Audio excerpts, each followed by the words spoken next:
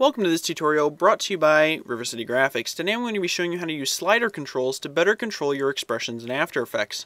So to get started, we're going to open up After Effects, and I'm going to be going up to Composition, New Composition, and creating a composition that's 1920 by 1080. So once I've done that, I'm going to go up to Layer, New, and Solid. I'm going to be creating a blue solid. So we're going to be making our famous blue square by dragging an endpoint in and just creating a square in the middle of our stage. So this is what we're going to be adding our expression to today. Now, the expression that we're going to be using is a fairly common one. It's going to be the wiggle expression. Now, you may have seen my tutorial where I talked about the wiggle expression. It was a fairly in-depth tutorial on that particular expression. So if you do want to learn more about it, I'm not going to be discussing it too much today. So if you do want to learn more about it, make sure and check that out. But basically how this is going to work is I'm going to click on my layer, hit the S key on my keyboard to bring up the scale, then I'm going to Alt-click on the stopwatch in order to make an expression.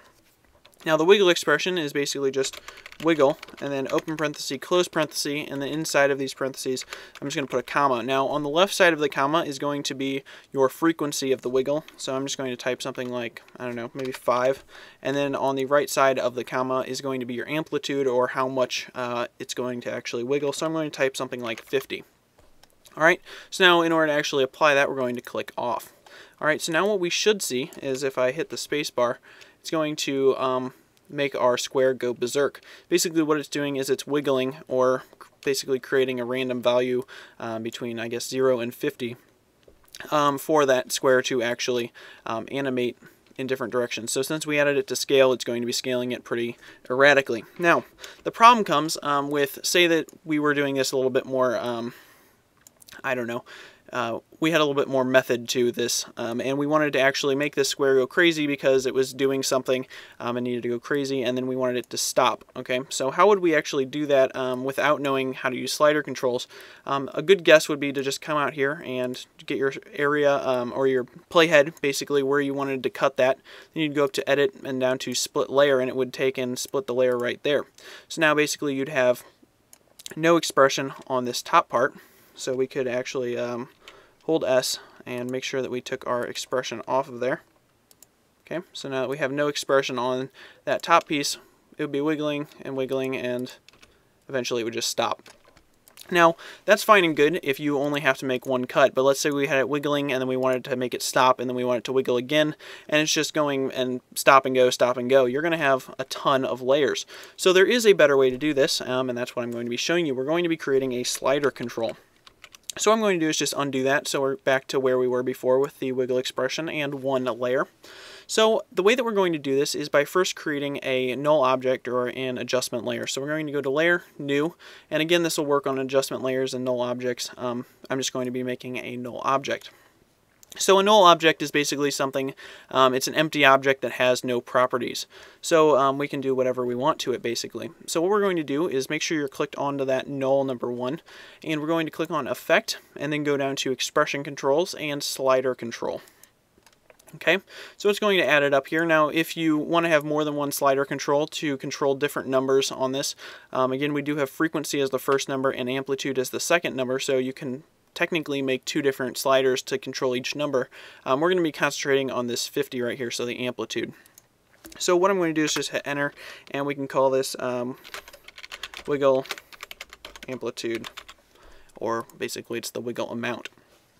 So once we have that done, you won't see anything happening because we haven't actually linked anything up. So what we need to do is actually link our amplitude to this slider. So I'm just going to highlight the 50. You can delete it or do whatever you want. I'm just going to highlight it, and then I'm going to click on this pick whip, which is this little curly circle. So once I do that, I'm going to be able to drag this line around, and I want to put it on the slider of our basically our slider controller, so our wiggle amplitude effect. So I'm going to link that up, and now you should see it add a whole bunch of stuff into your expression. So it's got 5, comma, and then it's got this comp.layer null1.effect, and then it's got some other stuff in there. Now you can watch this video in HD and see what that says, or you can just link it up with a pick whip, which I would highly recommend because it puts all that in there for you. So once you've done that, basically we've killed our square. It's doing nothing right now. And the reason for that is because the slider is set at 0. So now if we take and put the slider back up to what we had it at before, which was 50, we're going to see the same thing we saw before. So you might be asking yourself, why exactly did we do this? The reason is because we weren't able to actually animate our wiggle expression before, but now that we've put the wiggle expression, linked it to something that we can animate, we can actually animate this slider control, and it will automatically update in the expression. So if you didn't follow that, basically here's what's happening. We're clicking on this effect up here, and we're going to click the stopwatch. We can leave it at 50 to start. Make sure our playhead is at 0, and I'm just going to click the stopwatch. So now if we open up our little tab here for the null, go into Effects, Wiggle Amplitude, you can see we have a nice keyframe right there at 0 seconds.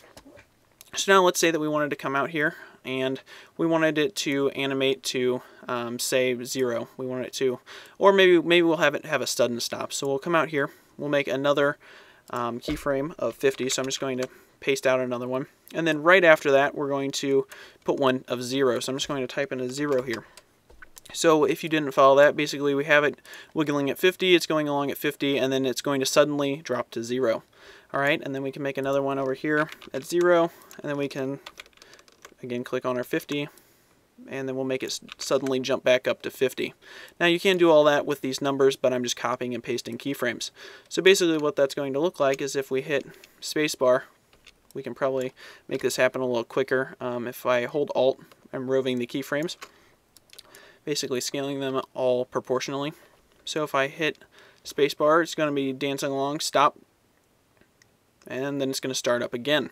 So there's no way easily that we would have been able to do that with our expression, but you can see that by adding a slider control to it, we're able to do that very quickly, very effectively. And again, you can add it to this 5 too. If we wanted to animate the frequency of our wiggle, we could basically take and make another slider control, pick whip that slider control, and then we can control them both individually.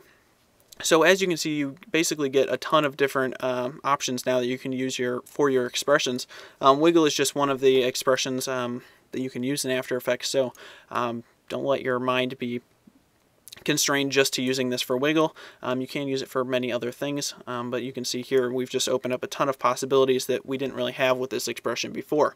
So I hope you guys learned something in this tutorial. Definitely try out your slider controls. They're very helpful in getting really precise control over your effects. So thanks for watching. Don't forget to subscribe, rate, and comment. I do have a new video coming out every week. So thanks for watching, and I'll see you in the next video.